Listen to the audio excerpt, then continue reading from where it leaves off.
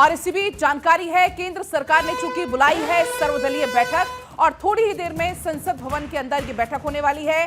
Operation सिंदूर जिसको अपार सफलता मिली और इस सफलता के बाद ये बैठक ऑपरेशन सिंदूर पर विपक्ष के साथ चर्चा की जाएगी, मंथन इस पर किया जाएगा और आगे की रणनीति भी बनाई जाएगी कि आगे अब किस रणनीति से बढ़ना है। क्योंकि आपको याद होगा जिस दिन यह हमला हुआ था, प्रधानमंत्री नरेंद्र मोदी जब सऊदी अरब से वापस लौटे थे, उस दौरान भी सर्वदलीय बैठक बुलाई गई थी और उस सर्वदलीय बैठक में इस पर सर्वसम्मति से निर्णय लिया गया था कि जो भी सरकार करेगी हम सरकार के साथ हैं। इसी बीच अदिति नागर हमारी पॉलिटिकल एडिटर हमारे साथ जुड़ गई हैं फोन लाइन पर। अदिति, ये जो बैठक बहुत खास होने वाली है ऑपरेशन सिंदूर की सफलता के बाद।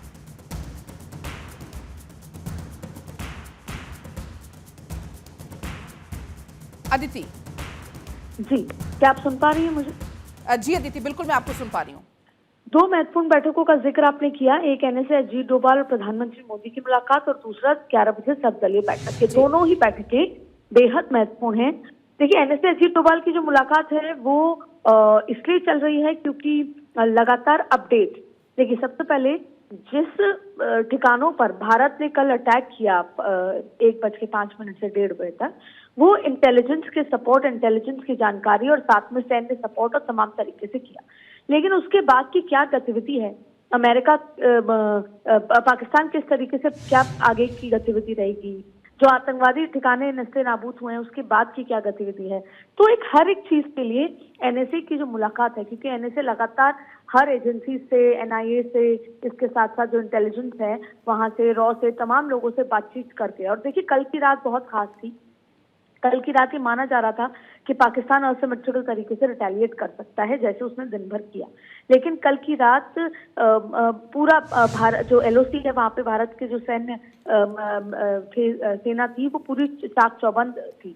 ऐसी स्थिति में कुछ ज्यादा गतिविधि समझ नहीं आई। फाइटर जेट पाकिस्तान के उड़ रहे थे, ऐसी ज्यादा गतिविधि नहीं दिखी। लेकिन अब क्या, अगले 7 दिन के लिए प्रधानमंत्री नरेंद्र मोदी ने, पहले 48 घंटे की बात थी, अगले 7 दिन तक बॉर्डर इलाके पर किस तरह की गतिविधि है, इंटेलिजेंस का क्या इनपुट है, ये हर एक चीज के लिए एनएसए अजीत डोभाल प्रधानमंत्री नरेंद्र मोदी से संपर्क में है, साथ में रक्षा मंत्री और गृह मंत्री से भी संपर्क में है।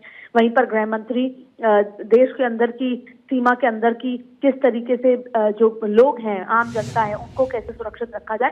तो अभी बैठकों का दौर चलता रहेगा। बेहद महत्वपूर्ण बैठकें हैं। पाकिस्तान एलओसी के उस पार जहाँ पाकिस्तान है वहां पर क्या गतिविधि है और एलओसी के इस बार भारत के तरफ क्या गतिविधि है, तमाम चीजों को पूरी तरीके से निगरानी में रख के प्रधानमंत्री मिनट टू मिनट अपडेट ले। अब एक और खास बैठक है।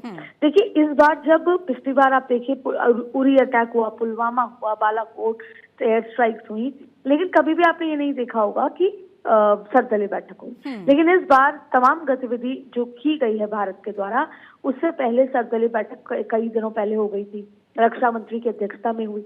रक्षा मंत्री ने पूरे विपक्ष को बताया, प्रधानमंत्री उसमें नहीं गए, जिसको लेकर विपक्ष ने चर्चा भी की। अब सब कुछ बताया गया कि कैसे अटैक हुआ, क्या जब आतंकवादी हमला हुआ, लेकिन अब हमने रिटेलिएट कर दिया है, हमारी जवाबी कार्रवाई हो गई है, जिसका जिक्र सरकार, प्रधानमंत्री मोदी, अमित शाह बार बार करते आए थे कि चुटकी मारेंगे। अब सर्वदलीय बैठक में आज भी रक्षा मंत्री राजनाथ सिंह की अध्यक्षता में बैठक हो रही है और इस बैठक में विपक्ष को, जिसमें ओवैसी हैं, जिसमें तमाम छोटे बड़े दलों के नेता रहेंगे, कांग्रेस रहेगी, सबको ये बताया जाएगा कि भारत ने क्या एक्शन लिया। जैसे कल प्रेस कॉन्फ्रेंस हुई और तीनों सेना का जो जॉइंट ऑपरेशन हुआ, उसके बाद प्रेस कॉन्फ्रेंस करके पूरे देश को, विश्व को बताया गया कि हमने 9 आतंकवादी ठिकाने क्यों लिए। वैसे ही सर्वदलीय बैठक में चर्चा की जाएगी और जाहिर तौर पर विपक्ष आगे की कार्रवाई के बारे में चिंता करेगा कि अब कभी आधी रात को पाकिस्तान सैन्य ठिकानों पर अटैक करता है तो, या आगे किसी भी तरह की गतिविधि, तो जाहिर तौर पर इस पूरे एपिसोड को लेकर सरकार विपक्ष के सामने एकदम ट्रांसपेरेंट भूमिका रखना चाहती है, सारी बातें ट्रांसपेरेंसी से रखना चाहती है। कल जब ये अटैक हो गया उसके बाद सीडब्ल्यूसी कांग्रेस की बैठक हुई और उसके बाद मल्लिकार्जुन खड़गे और राहुल गांधी दोनों ने ये कहा कि हम सरकार के साथ हैं और उन्होंने सेना को शाबाशी दी और वैसे ही ट्वीट नजर आए। तो एकजुटता नजर आ रही है।